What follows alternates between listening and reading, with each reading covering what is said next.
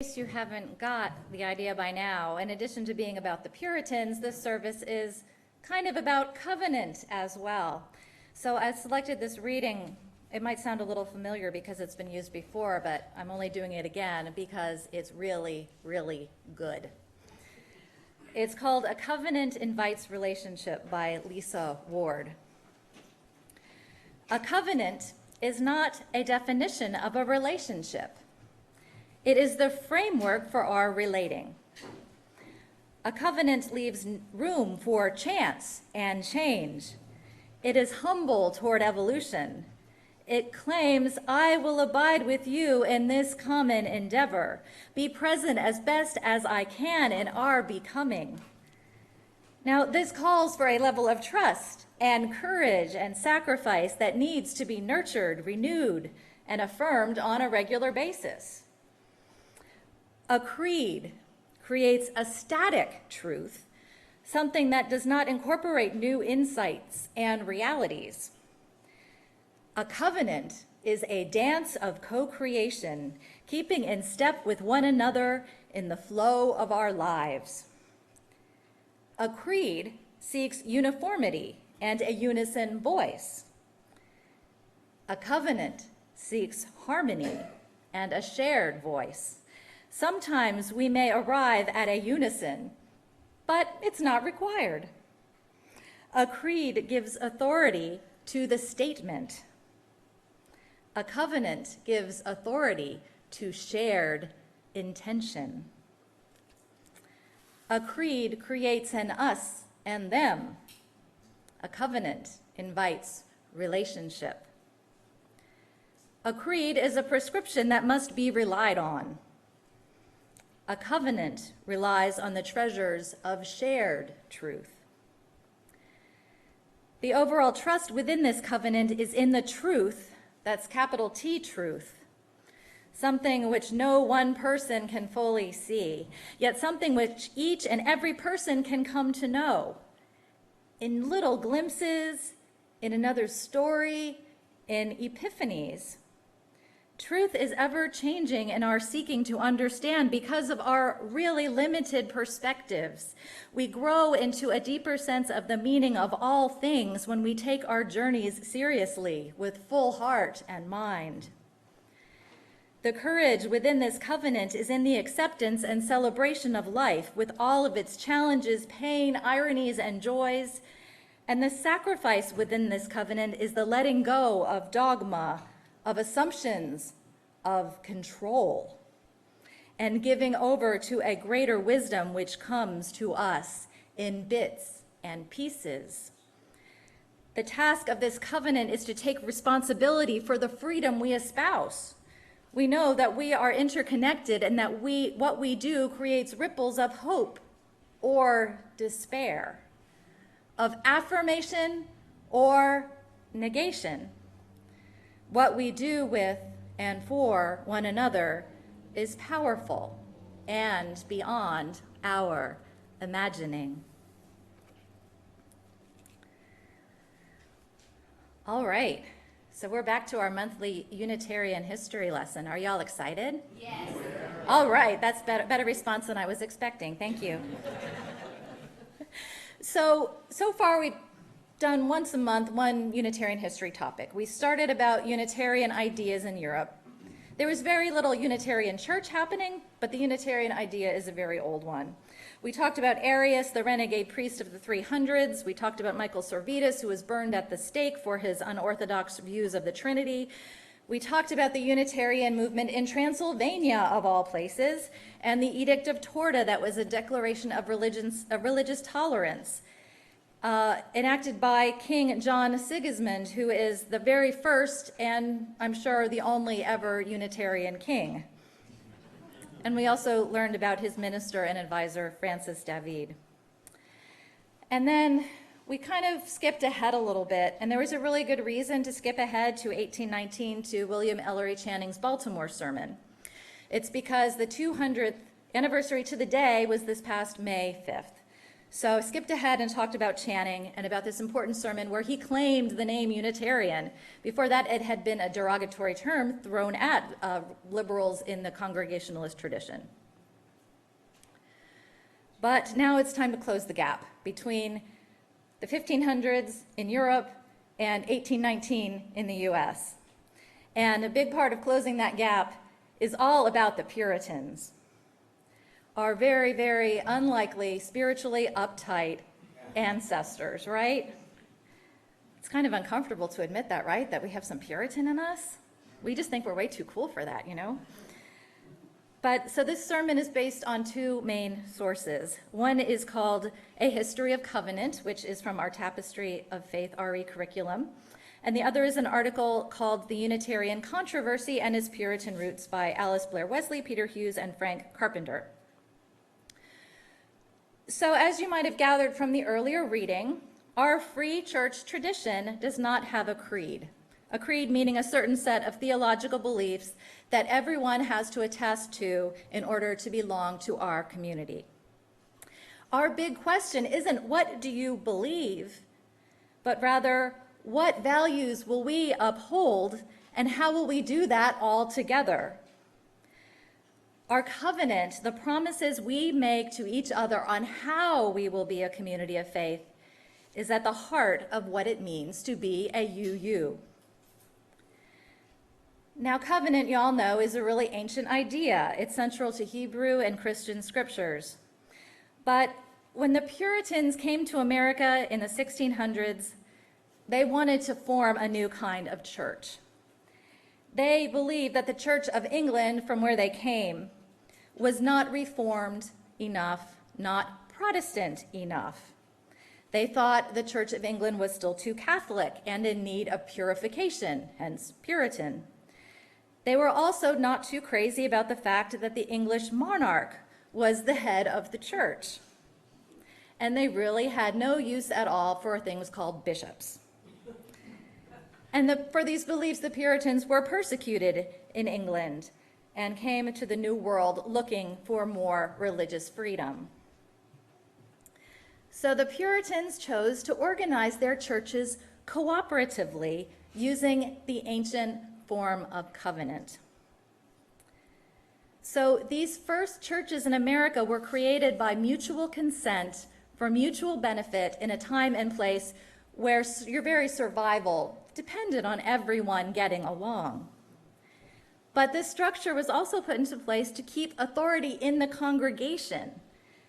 So the authority wasn't in the government or some church institutional hierarchy, because it was that exact type of thing that made the Puritans leave England in the first place. And although they can't really be called democratic by today's standards, the Puritans did lay the groundwork for church self-governance. And now we still do that, and we call it congregational polity. This congregational polity, this church self-governance also opened the door for the theological diversity we have today. The Puritans had no idea about this. They were pretty theologically strict, but we'll talk more about that in a little bit. Each of the churches elected and ordained its own officers and its own ministers. All of the individual Puritan churches together were called the Standing Order in the New England Way, which was a community of independent churches, each governed solely by the decisions of its own members. But yet, all of these congregations were considered to be in fellowship with one another. And what exactly did this fellowship look like? Well, it meant that the ministers in these congregations exchanged pulpits. They traveled around on horseback, not exactly easy. It meant that church members traveled readily and often to participate in other churches' big events, their celebrations, their anniversaries, ordinations, building dedications. It meant that if there was trouble or conflict in one congregation, a congregation could ask fellow church members, leaders from another congregation, to come in and listen to all sides of the argument and give advice. Now, they were not obligated to take this advice because each congregation was in charge of making its own decisions. But the bottom line was all of the congregations had the back of the other congregations. And the Puritans outlined this in a document called the Cambridge Platform of Church Discipline of 1648. And if you are UU geek or you go to seminary, you learn a lot about the Cambridge Platform and what a big deal it was. In fact, at Meadville, there's the tradition that our history professor totally denies knowing anything about, where every time someone says Cambridge Platform, everyone in the class says, booyah. Because I can kind of see why the history professor wants to deny this is a thing. But it was a really big deal. It was kind of groundbreaking. The Cambridge Platform was a covenantal document. It described this new form of church governance. And it was a big document. It's like a book. You can buy it today. It's out there. It's written in this old English. And it has some really interesting stuff in it that doesn't really apply today, I hope, like a lot of stuff about the deacons not being drunk. So I guess there was an issue at some point. And notice today we do not have deacons. Our Congregationalist, partners back in the day who are now UCC, they still have deacons. I don't know the alcoholic implications of all of that, but so they covered a lot of stuff that isn't necessarily as relevant today. But basically, the covenant in the Cambridge Platform boiled down to this.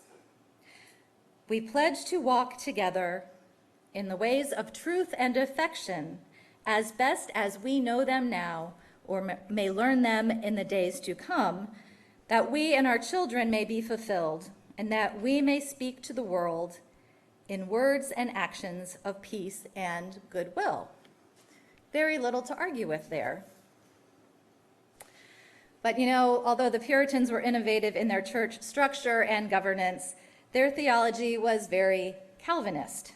They believed some people were elected for salvation and others were doomed for eternity, and there was nothing anyone could do about it.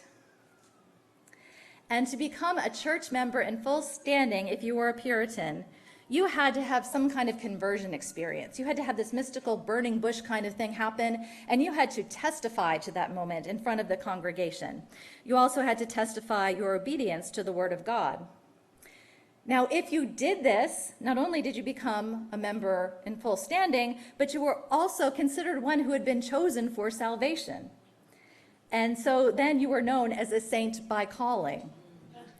Don't get any ideas. We're not doing that here, okay? Not happening. No saints. No saints in this building. So at first, the standing order churches were the only churches in New England, and they kind of ruled the day. Everyone in the whole parish, whether they were a big church person or not, was expected to go to church and attend church events. But only those who were true members, the saints, so to speak, were allowed to take communion and have a vote in church affairs or have their children baptized. And this system worked really well for a while. But then something happened. The Puritan immigrants had children and grandchildren. And starting in the second generation of these New England Puritans, and most definitely by the third generation, these younger Puritans were just not into this idea of making a public profession of their religious conversion. They just were not having these burning bush moments to report and therefore becoming members of full standing in the church they were raised in. And church membership decreased. So the Puritans kind of realized this was a problem, and they called a synod, an assembly, and they came up with this thing called the Halfway Covenant, which I think is just a funny name. But that meant that people who were born into Puritanism, they got kind of grandfathered in. They didn't have to have their conversion experience, but they could still become members in full standing, and they could still have their children baptized, and they could still take communion. Meanwhile, the church was still hoping these people would have their experience. They were buying more time, but this was the thing. And it was moderately successful. But it was really due to the fact that these younger generations, they didn't have the experience of the older generation. They didn't get persecuted in Europe. They didn't have to build a church in a new world. They grew up with all of that. They grew up in it, so why did they have to convert to it? So although the Halfway Covenant helped for a while, it's still, the system kind of dwindled, so that the difference between a saint by calling and just a regular church member just kind of diminished and went away. In 1662, that halfway covenant was 1662.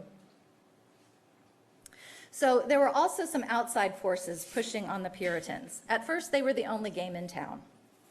But as more immigrants came from various religions and various walks of life, this was doomed to change. And it also became apparent that Puritan society was just not good for business. The Chamber of Commerce would not be pleased.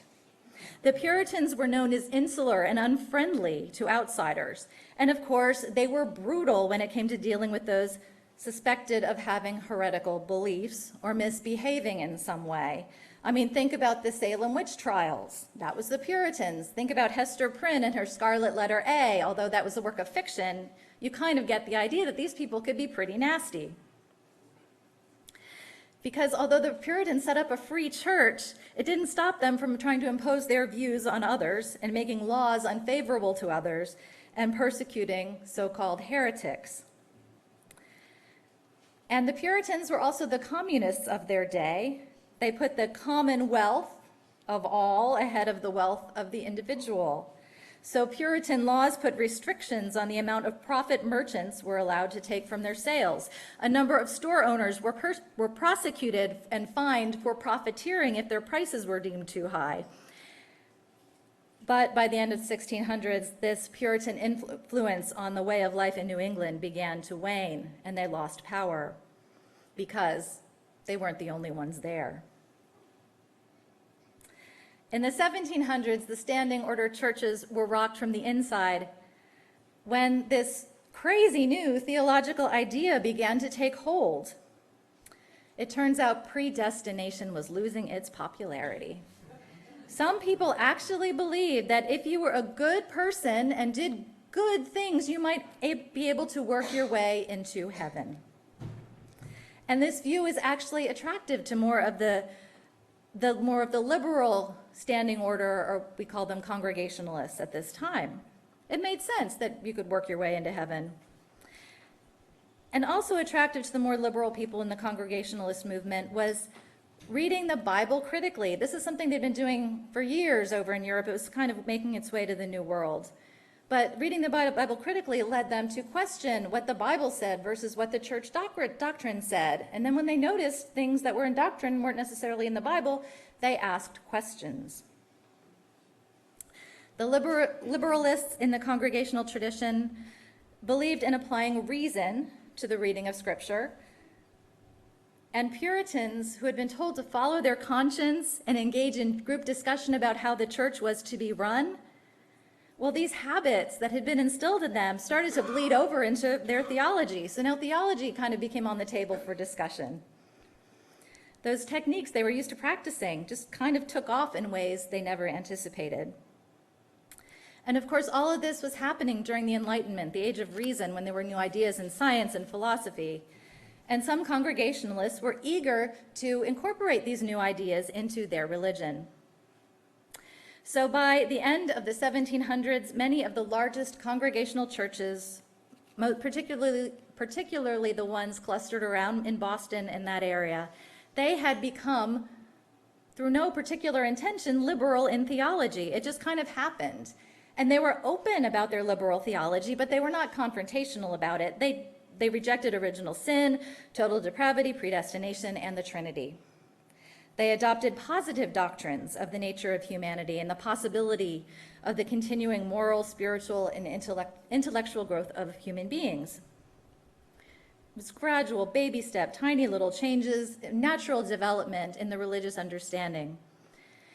And the liberals had no interest in really arguing about it with their more orthodox comrades. They never looked for formal recognition of their doctrine, and they really didn't see any need to impose it upon anyone else. They were just following their conscience and doing what they thought was right.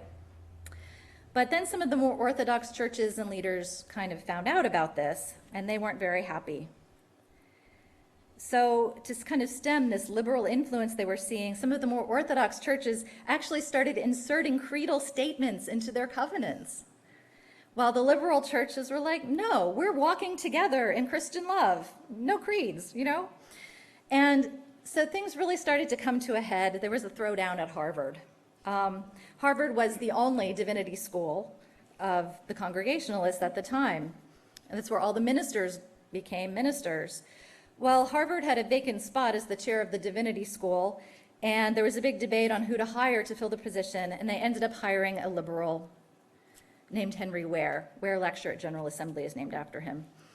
The Calvinists, the Orthodox leaders thought, uh-oh, we just lost Harvard, right? They're going to train all these ministers, and they're all going to be wild liberals, and it's just all going to go to hell, and everything's going to be horrible. So they actually founded their own conservative seminary, Andover Theological Seminary, in 1808, as a response to Harvard becoming, quote, liberal. That seminary is still in existence as Andover Newton Theological Seminary, and it's where a lot of our UCC friends and Unitarian Universalists have graduated from.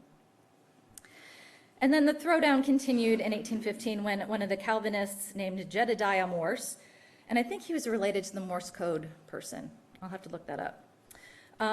But he printed an accusation that the liberal ministers were undercover Unitarians, like those crazy Unitarians that were running around in England. And he asked the more orthodox clergy to separate themselves from the liberal ministers. So the pulpit swaps that had been such a big thing under the Cambridge platform came to an end. So the liberals were at a point where they couldn't ignore that something big was going on, that there was a real rift happening and they would have to address it.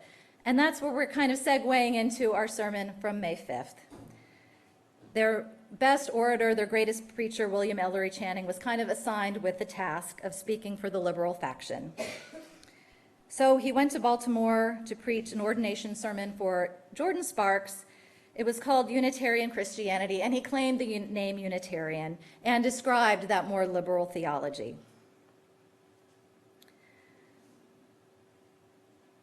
So, in closing, I'm going to re-emphasize two really important gifts from our woefully imperfect and slightly scary Puritan ancestors. The first is the gift of our congregational polity, this method of self-governance. The Puritans gave us the gift of the free church tradition, and they had no idea of the theological implications of giving so much freedom within the congregations. But they centered the power in the congregation, and they let the congregants talk amongst themselves and make decisions and follow their conscience to discover what was right and true. So you can see how they were really just opening the door for all sorts of crazy stuff to happen. So this theologically open church you see today, it could not have happened if we had bishops or popes or any central authority saying, no, you can't do that, that is wrong. Any authority like that to preserve the status quo. This, what we have today here, just would not have been able to happen. And of course, the second gift of the Puritans is the gift of covenant. And although they did not invent covenant, the way they did it brought us the spirit and the way we do covenant today. Covenant within and between congregations, covenant between clergy, between lay leaders, that comes from the Puritans. The pledge to walk together in the ways of truth and affection. And covenant is our binding force in place of a hierarchy and a centralized authority. It's covenant that governs our actions and how we are together. But you know, covenant only works if everybody participates. It's covenant that makes the difference between herding 100 individualistic Unitarian cats and the building of beloved community. Of course, we have other sources of authority in this tradition. We have a board of trustees that is elected democratically to represent the interests of the congregation. We have a minister with some authority. But y'all who were here in May of 2016, where did that authority come from? Y'all had a vote, right? You voted to hire me. And you could just as easily, I'm not saying you should, but vote to get me out. Congregational polity right there. But it's our covenant, that puts the ultimate authority in the congregation. And our covenant tells us how we are going to be together and share this authority. You might remember from the congregational meeting 2 weeks ago that we read our covenant of positive relations, which was passed again at a congregational meeting about a year ago. But although this covenant was passed by the congregation, I'm not so sure yet. It's kind of new. I'm not so sure it's really taken hold yet in our hearts and our minds. If you don't have a copy of this covenant, it's actually hanging on the wall outside these doors, so you can take a picture of it and have it in your pocket all the time. It takes the poetic covenant, the covenant that we recite every week in here, and expands upon it in terms of additional behaviors.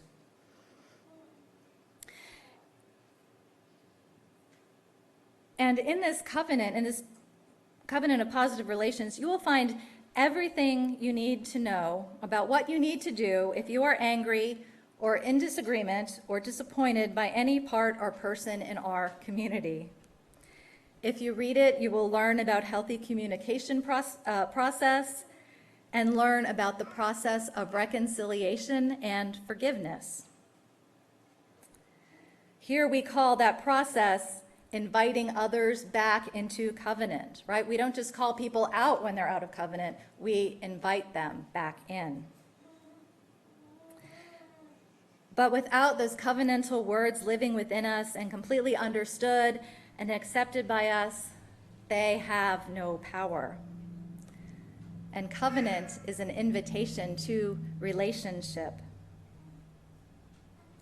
But the invitation has to be accepted for it to work. So it's not creeds that hold us together. It's not theological beliefs that hold us together. It's not centralized authority that holds us together and describes how we're supposed to be together. It's our covenant that brings our shared values into our real life interactions. My favorite line in the covenant of positive relations is in the introduction, the paragraph at the top. It says, "Ultimately, it is the way we treat each other that reveals who and what we are as a congregation and as Unitarian Universalists." It's basically saying, if you want to know anything about us, look at how we treat one another. I think the Puritans would approve of that. Blessed be and amen.